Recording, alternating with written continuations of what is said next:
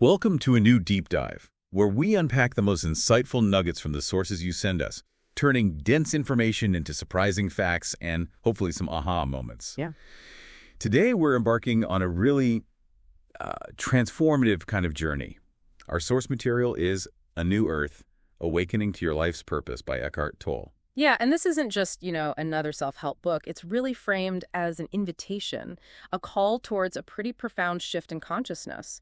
So our mission here today is to explore Tolle's views on, well, the evolution of human consciousness, the nature of the ego, what that really means, and crucially, the path towards living a more awakened life, a life with purpose.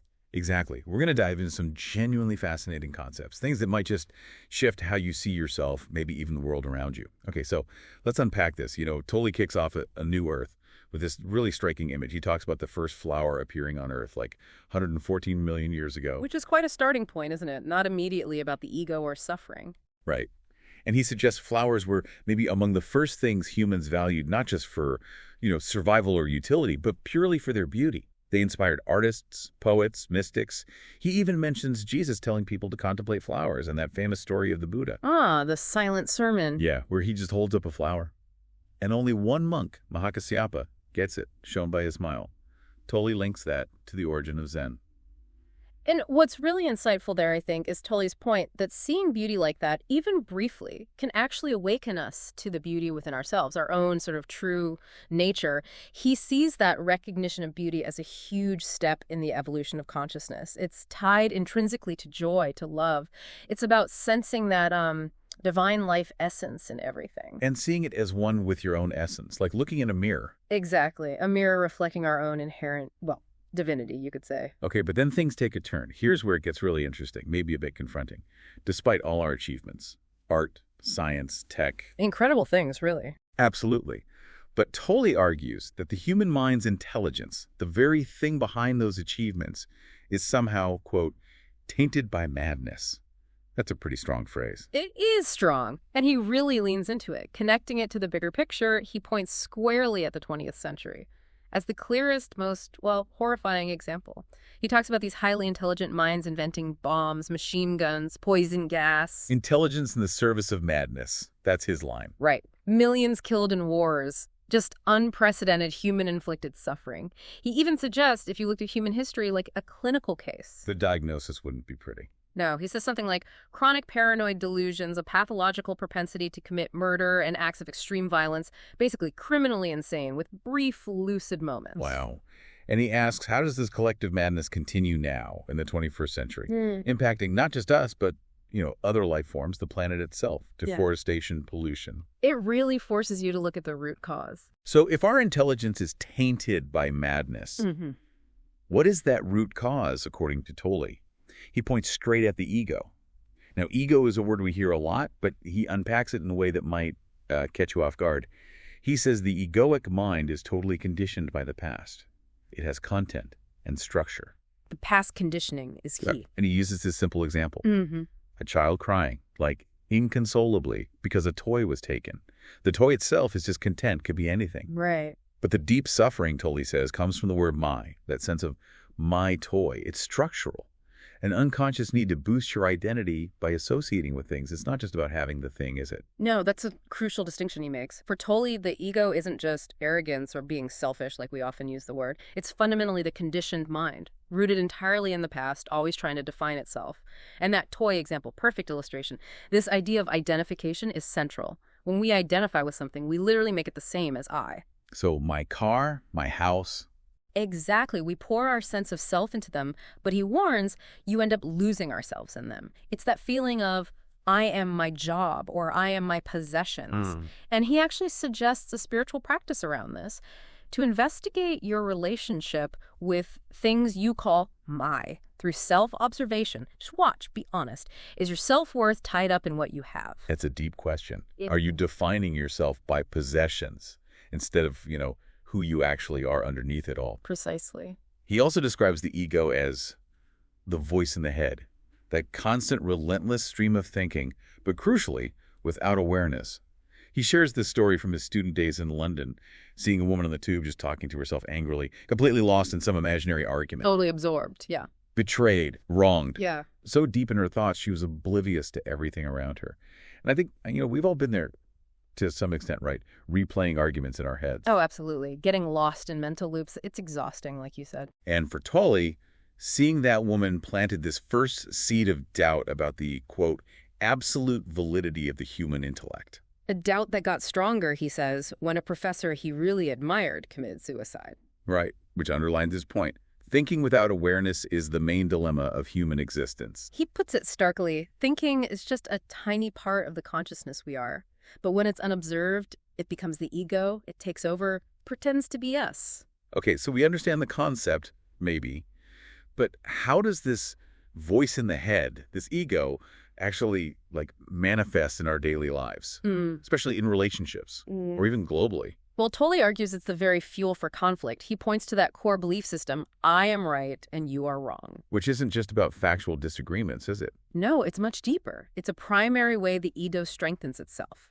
By creating separation, opposition, it perpetuates conflict between individuals, groups, nations, even religions. They need to be right. Exactly, and that leads straight into the question of truth, with a capital T. Tolle makes a bold statement. There's only one absolute truth. Which might sound rigid to some listeners, especially today when we value diverse perspectives. How does he square that? Well, he defines this absolute truth not as a belief system or dogma, but as the direct experience of your innermost I am. He connects it to terms like Christ within, Buddha nature, or the Eastern concept of Atman, the universal self. It's about experiencing your essential being, your connection to the source. So it's experiential, not intellectual belief. Precisely. And when you're connected to that deeper reality, he says, your actions naturally reflect oneness. That's what love is, in his view. Rules and laws become secondary, needed only when we're cut off from that inner knowing.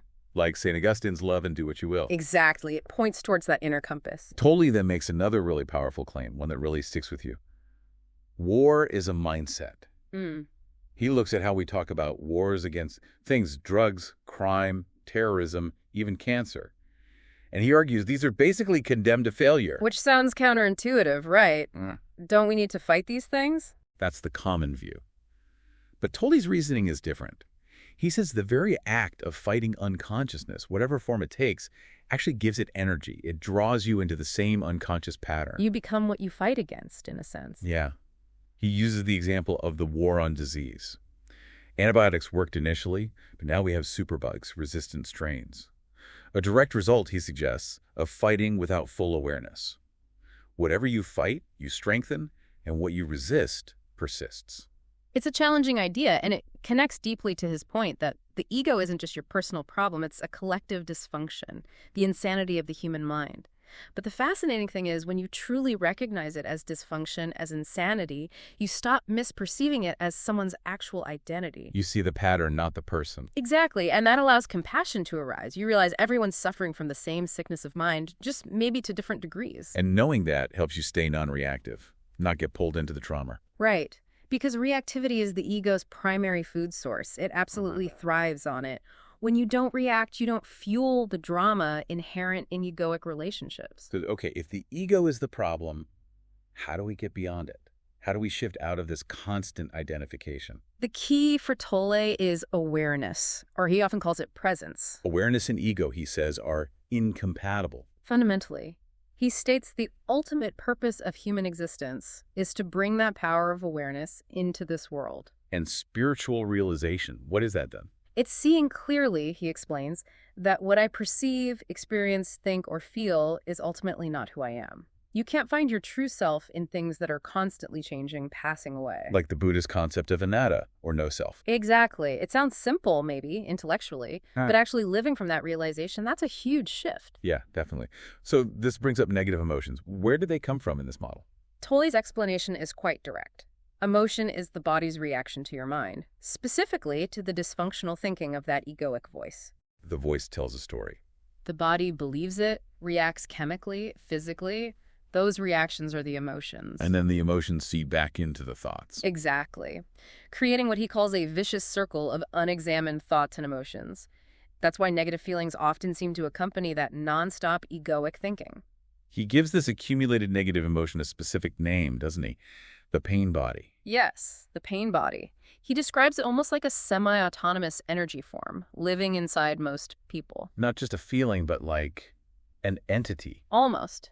He says it has a kind of primitive intelligence, and like any life form, it needs to feed periodically to survive. And what does it feed on? Energy compatible with itself, which means any kind of emotionally painful experience. Negative thoughts, drama in relationships, that's its food. He calls it an addiction to unhappiness. That's a powerful phrase. And a key insight he offers is that the start of freedom isn't trying to destroy the pain body, but first just realizing you have one. Then, crucially, developing the ability to stay present, stay alert enough to notice it when it activates, when that wave of negative emotion washes over you. Because when you recognize it, It can no longer pretend to be you, it can't live through you, renew itself through you, if you're aware of it as just an energy field. he tells a story about a woman finding space around her unhappiness. Yes. By simply accepting the feeling, being aware of it without resisting or weaving a mental story around it, I'm unhappy because she disidentified from it. That act of disidentification starves the pain body. Over time, that trapped energy can actually transmute into presence. It becomes fuel for consciousness, not a drain on it. That's fascinating. He even links the pain body to our entertainment choices. Right. He asks a pretty pointed question. Why do millions love and pay money to watch humans kill and inflict pain on each other and call it entertainment? It is strange when you think about it like that. Very strange if you were new to our planet. And he attributes this appeal quite directly to the pain body feeding. He suggests a lot of the entertainment industry actually caters to it. Pain bodies write the scripts, produce the films. And pain bodies pay to watch them. Exactly. Films where violence is normalized, maybe even glorified, or just designed to stir up negative emotions, fear, anger, sadness. That's pain body food. But he does make a distinction, right? Not all films showing violence feed it. Correct. He differentiates those from films that show violence within its wider context. Films that reveal its origins, its consequences. These act more like a mirror in which humanity sees its own insanity. And that recognition is sanity. That's a rising awareness. Such films, he argues, don't feed the pain body. They can actually help dissolve it. It's a subtle but important difference. Okay, so beyond dealing with the ego and the pain body, Tolle points towards something else as essential: inner space and stillness. Yes, crucial for a balanced life, and he sees it as key to the next stage of human evolution. He contrasts what he calls object consciousness, basically being aware only of things, thoughts, emotions, the constant clutter. Which is where most of us live most of the time. Right. He contrasts that with space consciousness. This is like an undercurrent of awareness. You're conscious not just of things, but also conscious of being conscious. Sensing an alert stillness underneath it all. Exactly. An inner spaciousness, even while things are happening externally. He uses that Zen story to illustrate it, the one about the mountain stream. Ah, yes, a great one. The disciple wants to enter Zen, asks the master how. The master just stays silent, then asks, do you hear the sound of that mountain stream? And the disciple hadn't noticed, too lost in thought. But as soon as he listened for the sound, his noisy mind had to quiet down. He became alert, present, and then he heard the faint sound. And the master says, Enter Zen from there. It beautifully shows how becoming aware of stillness or nothingness, as Tolle puts it, the absence of form, sensed as silence or space, connects us to that formless dimension within. It allows consciousness to emerge from the background. creating that space within yourself. Mm-hmm. So if we manage to embrace this presence, this awareness, what does that mean for our purpose in life? Tolle has a really interesting take here. He does. He says your true or primary purpose isn't found on the outer level. It's not about what you do. But what you are, your state of consciousness. Precisely. When you're awake, awareness guides you. Thinking becomes a tool, a servant, not the master running the show. That really flips our usual ideas about purpose and achievement on their head, doesn't it? Completely. And it directly challenges our conventional notion of success. Tolle argues you cannot become successful, you can only be successful. Meaning, true success isn't some future goal you achieve after years of struggle. True success is found in the quality of the present moment. Is there care, attention, presence in what you're doing right now? That's success. Because if you spend years stressed out to reach a goal, even if you reach it, you've polluted yourself and the world with negativity along the way. The means and the end are one. Exactly. The quality of your consciousness in the doing is paramount. He then talks about 3 modalities of awakened doing. ways consciousness can flow into our actions: acceptance, enjoyment, and enthusiasm. Yes. And these replace the ego's driving force, which is always based on wanting something from the action recognition, profit, achieving a goal. Instead, he says joy is the dynamic aspect of being. It doesn't come from what you do. It flows into what you do when you're present, which means you don't have to wait for some amazing, meaningful task to finally enjoy your life or feel purposeful. So even folding laundry or washing dishes could become an opportunity. Exactly. That's one of his most practical suggestions. He advises using routine activities, things you find boring or stressful, as a vehicle for alertness. By being absolutely present while doing them, not wishing you were somewhere else, not mentally complaining, just fully inhabiting the action. When you do that, he says, the inner dimension of consciousness flows in. You start to enjoy the aliveness behind the action, the connection to the creative power of the universe, even in the simplest task.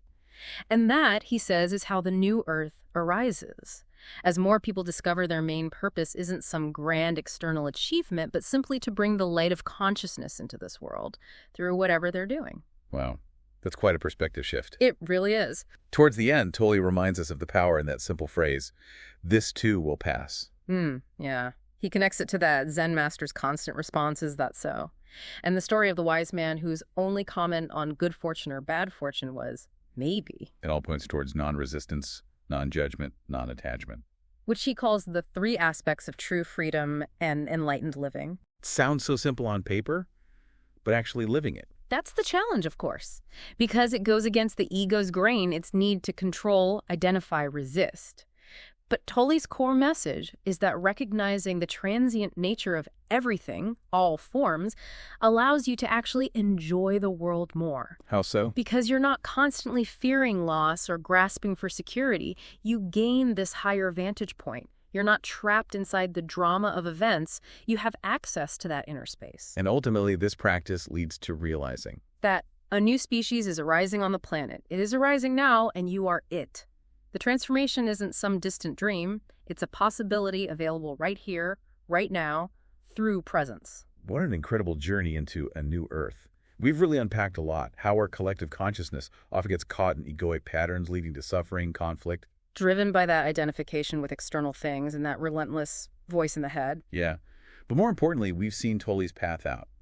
Through awareness, through presence, embracing acceptance, enjoyment, enthusiasm in whatever we do. It's a way to start breaking free from the ego, to experience this profound inner shift, moving from being lost in the doing to rooting our lives in being. Exactly. And the invitation from Tolle, really, it's not just about understanding these ideas intellectually, it's about embodying them, making that shift from object consciousness, being lost in thoughts and things, to space consciousness.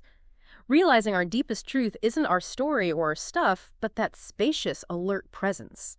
That's the evolutionary step he's pointing to. So we'll leave you with this thought to mull over. If your true purpose isn't found in what you do, but in what you are, your state of consciousness right now, how might cultivating a deeper sense of presence in your ordinary daily life change your experience of success, maybe even happiness, starting today?